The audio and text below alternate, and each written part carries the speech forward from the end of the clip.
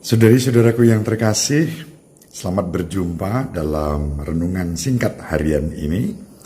Pertama, saya minta maaf karena kemarin salah mencantumkan Injil yang mestinya dari Injil Markus bab 6 ayat 14 sampai 29. Kemarin tercantum Lukas bab 2 ayat 22 sampai 40. Nah, sekarang kita akan membaca Injil Markus bab 6 ayat 30 sampai 34. Melanjutkan permenungan kita berdasarkan Injil Markus. Saudari-saudara, hari ini ada 3 hal yang menarik yang bisa kita renungkan. Yang pertama, sesudah para murid menjalankan tugas perutusan yang dipercayakan Yesus kepada mereka kembali kepada Yesus. Mereka curhat, curcol, cerita pengalaman-pengalaman mereka, suka duka mereka, tantangan yang mereka hadapi, mujizat yang mereka alami, sukacita dan kegembiraan yang mereka alami juga dikatakan pada Yesus. Yang menarik adalah hal kedua yang kita cermati, menanggapi curcol, curhat, cerita para murid, Yesus tampaknya begitu santai, tenang, menjawab, marilah ke tempat yang sunyi supaya kita sendirian dan beristirahatlah sejenak. Saudara-saudara, bayangkan, para murid juga cerita ini menggebu-gebu dengan segala pengalaman mereka, menjalankan tugas perutusan, mengusir roh-roh jahat, menyembuhkan orang sakit, dan seterusnya. Dan Yesus hanya menjawab dan mengatakan, marilah ke tempat yang sunyi supaya kita sendirian dan beristirahatlah kita. Yang ketiga yang bisa kita renungkan, Injil menyebutkan, maka tergeraklah hati Yesus oleh belas kasihan kepada mereka, karena mereka seperti domba yang tidak mempunyai gembala. Apa maknanya bagi kita?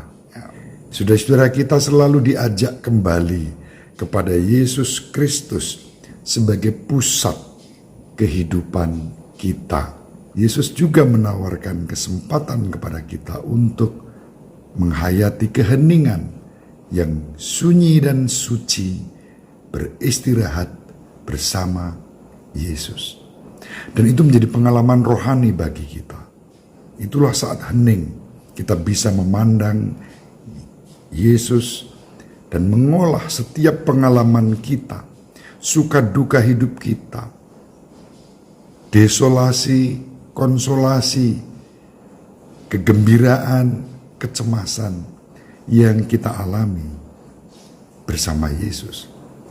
Dengan beristirahat di dalam Dia, maka energi kita juga dipulihkan, semangat kita dikobarkan kembali untuk berkarya. Prinsipnya seperti Yesus, kita berkarya dengan segala kerendahan hati dan hati yang tergerak oleh belas kasihan, hati yang penuh kasih, hati yang tercurah bagi kebutuhan sesama kita. Itulah yang bisa kita renungkan. Syukur kepada Allah. Terpujilah Engkau ya Tuhan atas segala kebaikan dan kemurahan-Mu. Engkau yang memanggil, Engkau yang memilih, Engkau yang mengutus kami, Engkau juga yang memberikan energi baru kepada kami untuk terus berkarya. Engkau mengundang kami beristirahat di dalam Dikau. Saat-saat merenungkan firman-Mu menjadi saat untuk beristirahat di dalam Dikau, memulihkan kembali kekuatan dan energi agar kami mampu melanjutkan karya pelayanan kami. Berkatilah kami semua dalam segala pelayanan dan perutusan kami.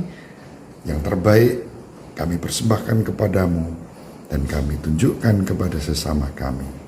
Lindungilah dan jagalah kami dari segala mara bahaya, pencobaan dan kejahatan.